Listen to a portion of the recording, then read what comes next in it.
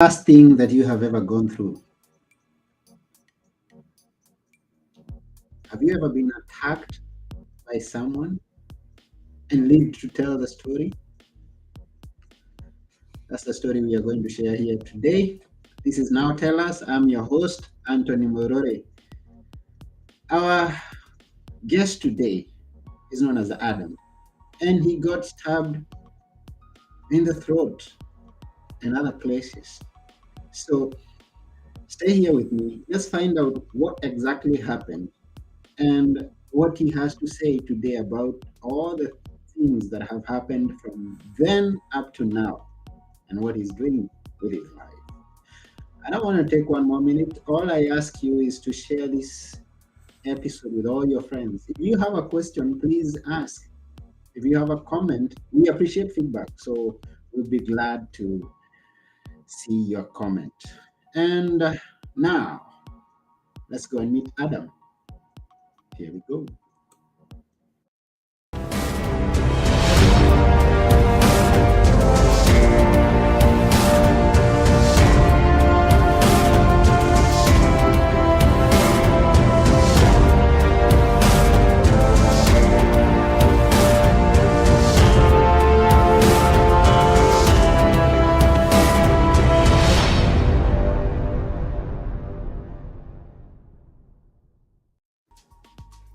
All Hello, righty. Adam. Hey, how you doing, Anthony? It's nice to be here. I'm cool. How about you? I'm doing great. Yeah, nice to see you here too. Yep, I'm excited Welcome. to dig into the topics we have here. Yes. So this is Now Tell Us. So you are here to tell us, and we are eager to hear what it is that you're going to tell us. hmm But but before we dive into that, we would like to know, where are you? so I'm in San Diego, California. I'm pretty spoiled here. What's happening there? How's the weather? Oh, it's What? nice. It's like 70 degrees year round. It's funny. I talk to a lot of people across the country and stuff. They're always like, "Oh, I can't leave the house because it's like snowing or icy." I'm like, "I won't tell you how it's 70 degrees here in the winter then." Wonderful. Enjoy yourself there. Definitely. Yeah. So it's good to have you here. And I was going through your profile and saw such a story that we are going to be listening to as you are going to tell us. But before we go into the story, we would like to know what it is right now that you're doing. What I mean, not there at home, Yeah, no, I in got the you. life. Yeah, so pretty much I'm a performance and productivity coach for driven people and entrepreneurs. Mhm. Typically, I work with multi six figure entrepreneurs or people in their career making 100 to 300K, help them get to that next level. And so, in a nutshell, that's what I do. And so, I guess it all stemmed from exactly what happened to me. So, I guess I won't keep you guys waiting any longer. We had a pretty strong intro with Anthony here. So, I'll tell you about how I was stabbed in the throat, arm, and chest while at a movie theater. Mhm. So picture this. Just imagine it's Wednesday, 2 o'clock. You're by yourself, got time to kill. So you just go watch a movie. That's exactly what I did. Mm. So I'm sitting there, sitting in the theater, and the lights dim. And like most of you, my eyes are just glued to the screen watching the movie. And then all of a sudden, I feel a hard hit to my throat. And my initial reaction was like, this guy hit me hard. So I stood up and I was like, dude, what the hell? And then I felt another punch to my arm and chest. So Mm. then I turn around and I push him. And as I push him, I feel a cut on my wrist and ear. And instantly, I realized like I had been stabbed. Those weren't punches. So I started yelling, I've been stabbed. I've been stabbed. The lights turned on. He started running away. Then I take off my shirt and wrap it on my neck because I'm bleeding out. Like this guy stabbed me in the throat with a Mm. chef knife. You know the ones that get bigger, closer to the handle? Yeah, it Mhm. went halfway through my throat, punctured my lung, and then deep in my arm. So I'm like bleeding out. I take off my shirt, wrap it around my neck, and I'm just holding the blood in. These two older women come running up. They're like, what should we do? And I tell them, just put pressure on my neck. So they're doing that. Mhm. Then I hear someone say, should we call 911? And I lose it. I'm like, yeah, you should call 911. Like, if you don't call them here, then when would you? Mhm. So paramedics start coming. They start asking me all these questions. what's your name? What year is it? And I get it. They're making sure I'm conscious, staying with them, awake. But I'm just like, can you guys just stop asking me these 21 questions and save my life, you know? Mm-hmm. And so they're like, all right, let's get him up on the stretcher. They pin me up on the stretcher, and I feel all my wounds worse than the initial stabbing because I don't have the adrenaline in me anymore. Mm-hmm. Then they start going down all the stairs to get me into the ambulance, and it was the most excruciating pain in my entire life. Like, I remember just looking at the ceiling, trying not to scream my guts out, like just holding on, just in such excruciating pain. So, anyways, they get me to the ambulance, and I start to relax. I'm like, okay, the paramedics got me. They know what they're doing. Like, I don't need to worry and stress about this anymore. And Mm-hmm. as soon as I get that thought, I feel a cold rush through my entire body, and it dawned on me. I lost a lot of blood. Like, I could die here. And then I see them come over with the oxygen mask. And I remember thinking, like, don't fall asleep. You're not supposed to fall asleep in this situation. But 5 seconds later, I knock out. Like, whatever it was in that oxygen mask was very potent. Mm-hmm. Now, I wake up 7 days later from a 7 coma. days later. I was Mm-hmm. in an induced coma. Woke up 7 days later, living off tubes. You unplugged them, you unplugged my life. Yeah. And I was just in the state where I was completely weak and broken, pathetic. Like, my legs forgot how to work after not being used for 7 days.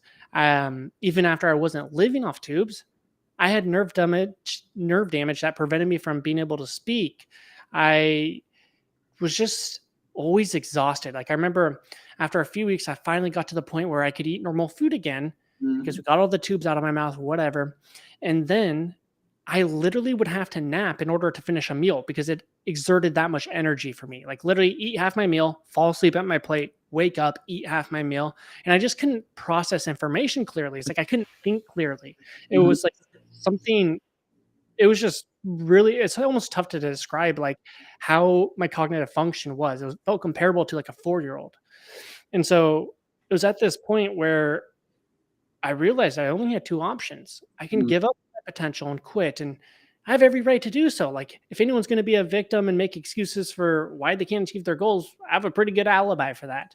But I realized, like, that isn't serving me. These negative thoughts, this fear, this self doubt, this self pity, it's not serving me towards a better life. Mm-hmm. So I chose that second path. I started learning the secrets of evolution, biology, and psychology, and essentially figured out ways to tap into how we're hardwired to boost our energy levels, mental alertness, our motivation levels. And just day by day, week by week, I was going to speech therapy, physical therapy, normal therapy, doing everything I needed to do. And then also learning how to boost our energy levels and become more powerful. And so just week by week, month by month, and after 1 year, I was able to run a 4:59 mile. I was putting up close to as much weight in the gym as I was before, and I was in a great place. And then fast forward a few more years, and now I'm helping entrepreneurs and driven people harness the same power that I have so that they can accomplish more and really feel proud of who they are. Wonderful. Oh, Hmm. uh, that's quite a story, and the wonderful part is not you being stabbed. The wonderful part is that we have you here, and you're Hmm. telling the story, and you're accomplishing things even from such a state, such a horrible instance in your life. Hmm. And is was that your voice before the stabbing, or did the stabbing? Yes, it's pretty much about the same. Yeah, so voice didn't really change too much in terms of like how I sound. So yeah. Uh, yeah, you sound like someone that I have seen over the internet, known as Josh. And Mm, do that's you? funny. I feel like wherever I go, people always tell me like, "You sound like this person." I'm like, "Okay," like, Yeah, yeah. you have a special voice. That's the reason that people will tell you you sound like. Mm, Otherwise, if I just have a normal voice, then people will not comment about it. yeah, it's true. Yeah. Um, at that point that you thought of giving up, did you reflect on something that made you make that decision uh, of moving on or quit? So I think it was there was a, when I got to the point where I discovered that my legs didn't work, like that's when I was just anger was inside of me because I used to be a Division 1 track athlete, cross country athlete, and it was at that point like I was like my legs don't work. Like I just got angry. I was upset in that moment, and I was like, you know what? Nope, this is not going to be my story. I'm going to do whatever it takes to overcome this. And Mm-hmm. essentially just realized I was like, okay, this happened to me. No matter what, I can't change what happened. The only thing I can do is control what I'm going to do moving forward. And so it Mm, was really when I hit that low, found out my legs didn't work. I was like, I got pissed off. I was like, I'm going to do whatever it takes. I'm accepting that this happened. And with that became power because all this self pity, all this anger, all these negative thoughts and doubt, that no longer plagued my mind. Because once I fully accepted what happened and put my game plan or my mental state towards fixing myself and getting stronger and better again, mhm. all that negativity was gone and I was just focused on moving forward. And so that's I think what really enabled me to get over this hump. And in life, there are very many instances when we just think that this is the end of the road. This is something Mhm. that I can never recover from. And Mhm. and the people who are listening, I know we could have been having people who are listening and have been at that point. What would you tell them at this moment? I would say it's like you just have to realize that train of thought, whether it's valid or not, it's not serving you towards a better life. Like, is it enabling you to overcome the issue at hand and so that you feel better about yourself? Or is it enabling you to just succumb to this mediocrity, this victim mindset where you go, oh, my life sucks. I can't do anything. So it's like, you just have to realize like you're losing all your power in this state when you're being a victim and making excuses for why you can't achieve X, Y, and Z. And it's simply not serving you. You can't name one reason or how it's benefiting you because it doesn't exist. And so it's a choice. You can choose to be more of a victim and say, "Oh, this sucks. X, Y, and Z is stopping me from doing this." But again, it's just realizing it. It's the awareness that this train of thought isn't serving you, and then you simply choose to not have it anymore. Mm. Wow, that's wonderful. Thank you for sharing that. And then now you've been dealing with the entrepreneurs. So at this point, we could discuss entrepreneurship. Uh, how Hmm. how has it been through the journey?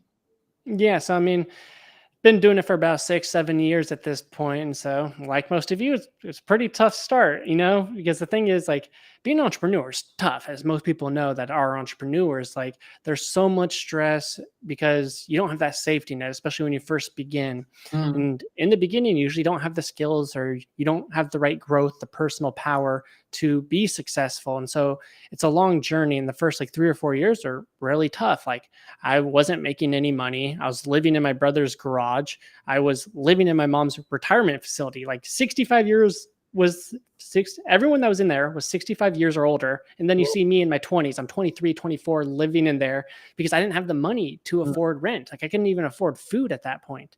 And mhm, so the thing is, like, it takes a special type of person to be an entrepreneur because you're going to have so many lows. You're going to have so much fear and self doubt. But yeah, over the course of just years and persistence, I mean, you grow as a person, you get stronger, you become more capable, and then, yeah, you figure out your marketing or whatever it is. And eventually it's going to click. It's like if every action you take aligns with your end goal, you're inevitably going to get there. It's mhm, simply a matter of when.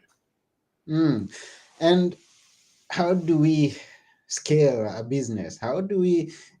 I know because some people who could be listening could be interested in going into business, Mhm. and some could have already started and they don't know how to scale it, how to make it Mhm. very profitable and going into seven figures, like you've been dealing with people in that Mhm.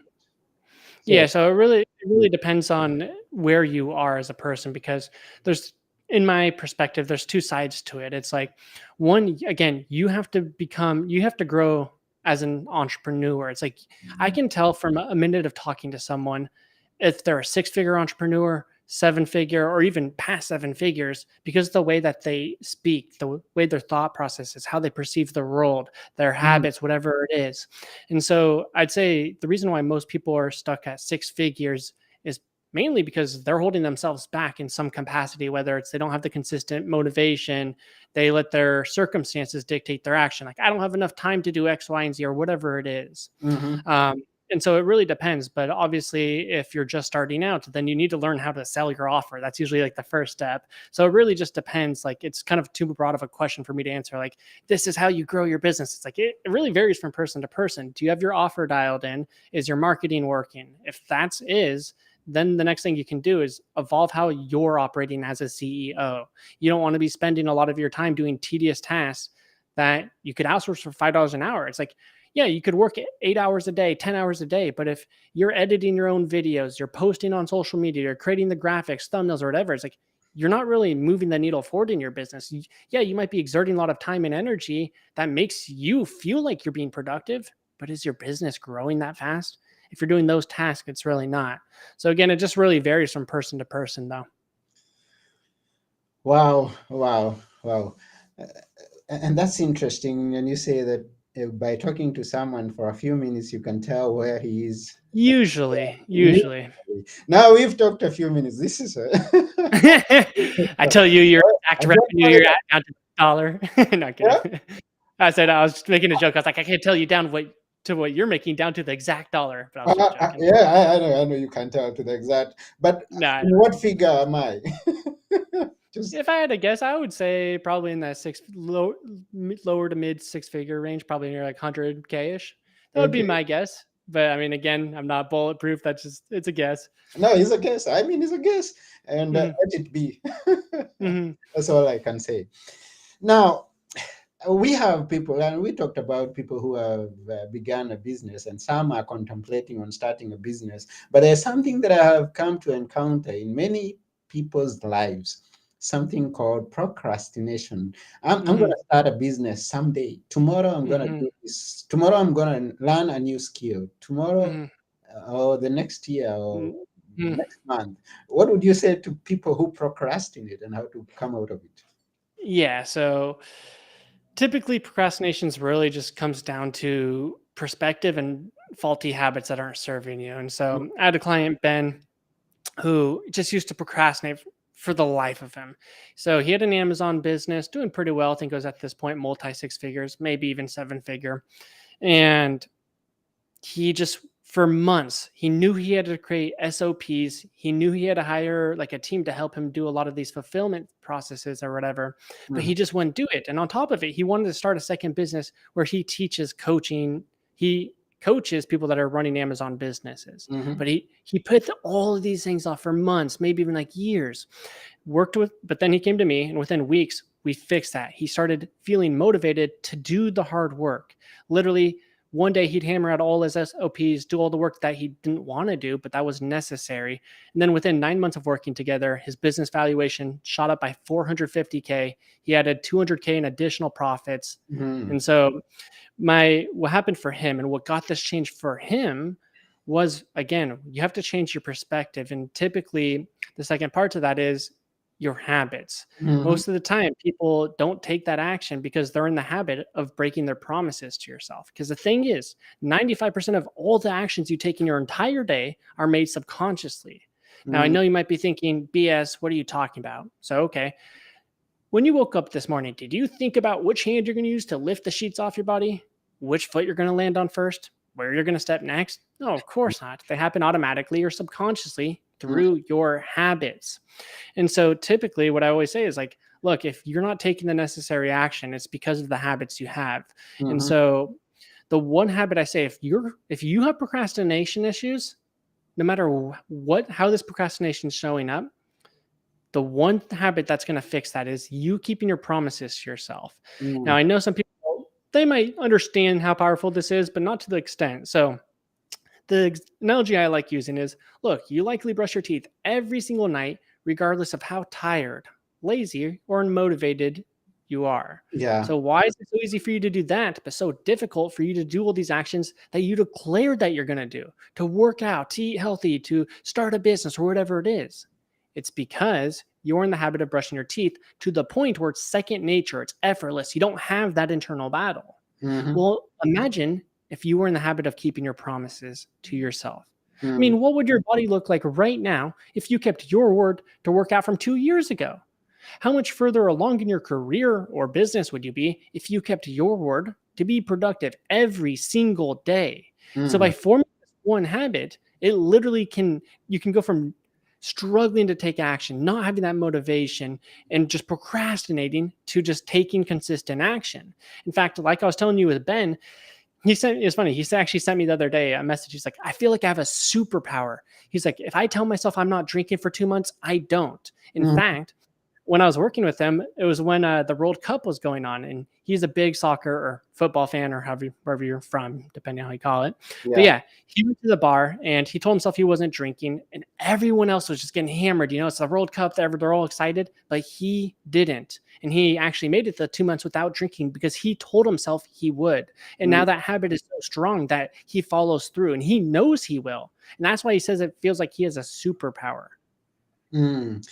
And that's good. And in that case, we all have a superpower. If we can Hmm. decide every single night that we are not going to bed without brushing our teeth, that's a superpower. And I like that perspective that I can take any other thing in my life and consider it like brushing my teeth and make sure that every single day I do what I have purpose to do and I Hmm. true to myself.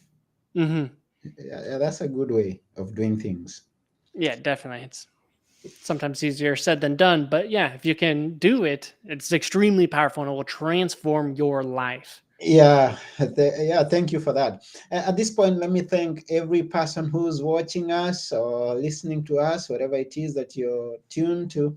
And yes, Dolch, thank you very much on TikTok. And we are live on TikTok, Facebook. Oh, nice.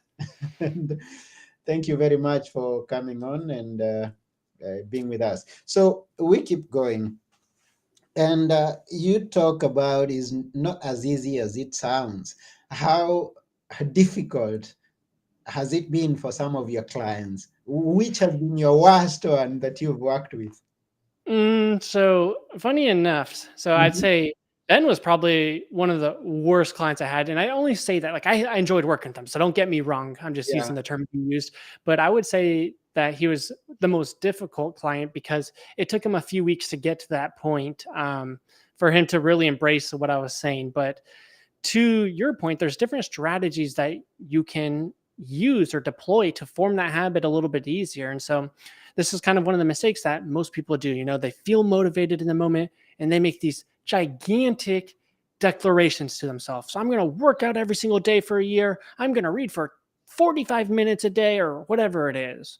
But what happens is eventually that motivation fades. yeah. And then now they're stuck with this big task that's very difficult to do because it seems like a lot mentally. You're like, oh, you have to jump through all these mental hurdles, right?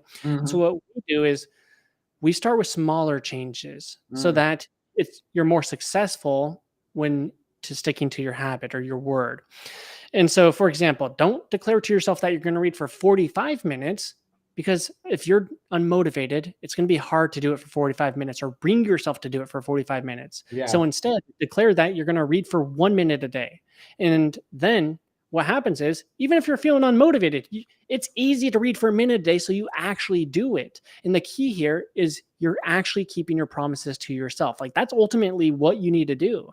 Because if you give yourself 5 to 10 different small tasks, Mm, read for 1 minute a day, go for a walk for 2 minutes, meditate for 1 minute or whatever it is, at least you're keeping your word to yourself. And mhm, after 30 days, 60 days of doing this, it becomes with less resistance. You effortlessly keep your promises to yourself, even when it is the larger ones. mm. Like Ben, for example, the guy used to struggle to even like work out or eat healthy. Oh, can you hear me? My freaking there we go. My thing went black screen. But yeah, what happened with him is like at first he couldn't even go to the gym, but after like a month of just him keeping these small promises to himself, he Mhm. declared he wasn't going to drink for 2 months, and then he kept it. And so you start with these smaller changes to first form the habit, and then once you form the habit, then you can go into the more of the bigger change that are going to provide more rapid growth in your business. And the cool part about this strategy is like most of the time, once you pick up that book, even if you told yourself you're going to read for 1 minute, well, after that minute, you actually enjoy it and you keep on going and you keep on reading because you feel like it. And Mhm. so I always say it's like, I remember when I was in high school and college, like I'd always dread doing homework, but as soon as I started doing the homework, it wasn't that bad, but it was just the mental battles I had to, or the mental hurdles I had to jump over to actually start. And so this minimizes the internal resistance. Yeah. Mhm. Ah, wonderful. And that's very good. And thank you for sharing that. So, if you're listening there and you've been procrastinating, you've got the way to come out of it, Mm-hmm. become productive. Now, this what you have been doing and working with the people. How do you connect with them? Yeah, so pretty much I do organic marketing and I'm building out a funnel for this offer. Mhm. But yeah, basically in terms of like how I work with people, is that what you're asking, or how do they find me, or could you How do expand they on what you find mean? you? How do they find you? Yeah, so again, organic marketing, but if you're listening to us right now and you wanting to work with us, you can go to superhumanceo.com, or you Yeah. can just go to my Instagram. It's Adam Lucero, then the number one. So Adam Lucero, Lucero, one. Okay, that's good. So we are almost coming to the end of the show, but we would like to ask you, what's in the future? What are the plans, bigger plans you have? Yeah. So scaled this business up to 8 figures is kind of the end goal. That may take a few years, but ultimately that's where it's going to be while I'm only working 20 hours per week. Because the main thing is I want to build a business where I'm not glued to it. I'm not a slave to it, where if I don't work, it doesn't grow. And so my ultimate goal is to build an 8 figure business and then to the point where I'm only working 20 hours max so that I can go travel with my girlfriend or my family or whatever I have at that time. Right. Hmm. Yeah, you talk about building a business that is tying you all day in your office or wherever it is that you are, and you don't have a time to think about any other thing. Hmm. Uh, How do you come out of that? What's the plan to do that exactly? Yeah. So, I mean, the main thing is like, you got to think like long term. And so, whenever I get to a task I don't want to do, Hmm. I don't do it. And so, unless I absolutely have to, like it requires my skills, my knowledge, I don't do it. And Hmm. so, it's really just building a team and then delegating the responsibilities, creating systems so that they can execute it with quality day in and day out. Hmm. And so, it's like when you look at any 8 figure, 9 figure, 10 figure business, they all have teams. Like you won't find one business at that level that doesn't. And so you Yeah. just have to start operating like a CEO, delegate all the tasks and responsibilities that you don't want to do. It's like, do you think Elon Musk is installing solar panels? Do you think Tony Robbins is setting up the stage before he goes on? No, of course Oh, not. He oh, oh. focuses on the CEO level activities. And Mm. that's how you have to operate too if you want to build a business like theirs. So have people do what? Yeah, you got to find leverage. And whether it's using AI or employees, you're going to have to do that if you want to get to an 8 figure business. Yeah, and thanks to AI, things are changing rather rapidly. Definitely with the AI revolution going on out here nowadays. I wonder where we'll be 10 years to come. I just wonder. Yeah. Yeah. We can't even possibly fathom what it's going to be. Like Uh, technology just grows exponentially. So it's nuts. we'll see. We'll see where it Hmm. leads. So that's about it for today. We thank you very much, Adam, for coming. And I remind the viewer or the listener to go to www.superhumanceo.com and connect with Adam. And Hmm. yes, before you go, please leave us with a few words that we should always remember. Which are they? Sorry, what would you ask for? A few words that we should always remember. You create your habits, then your habits create your life. That's a good one. Hmm. That's You the create, truth. you create your habits, and your habits create your life. Hmm. So if you're in a place that you don't like, you can always move from there to where you like, but it comes from creating the right habits that are going to drive you to that direction. That's a beautiful way to put it. Yeah, thank you. This has been Now Tell Us. We thank all the viewers, all the listeners. Thank you for taking your time. Even if you're watching the replay, you can always leave R in the comments to say that you're watching the replay. And we appreciate you. Thank you. It was nice being here. Yeah, thank you very much, Adam. We appreciate your presence. This has been Now Tell Us. I've been your host, Anthony Moirore. And together with our guest today, Adam Russello, we are saying bye for now. Bye. Catch you guys later. Yeah, bye.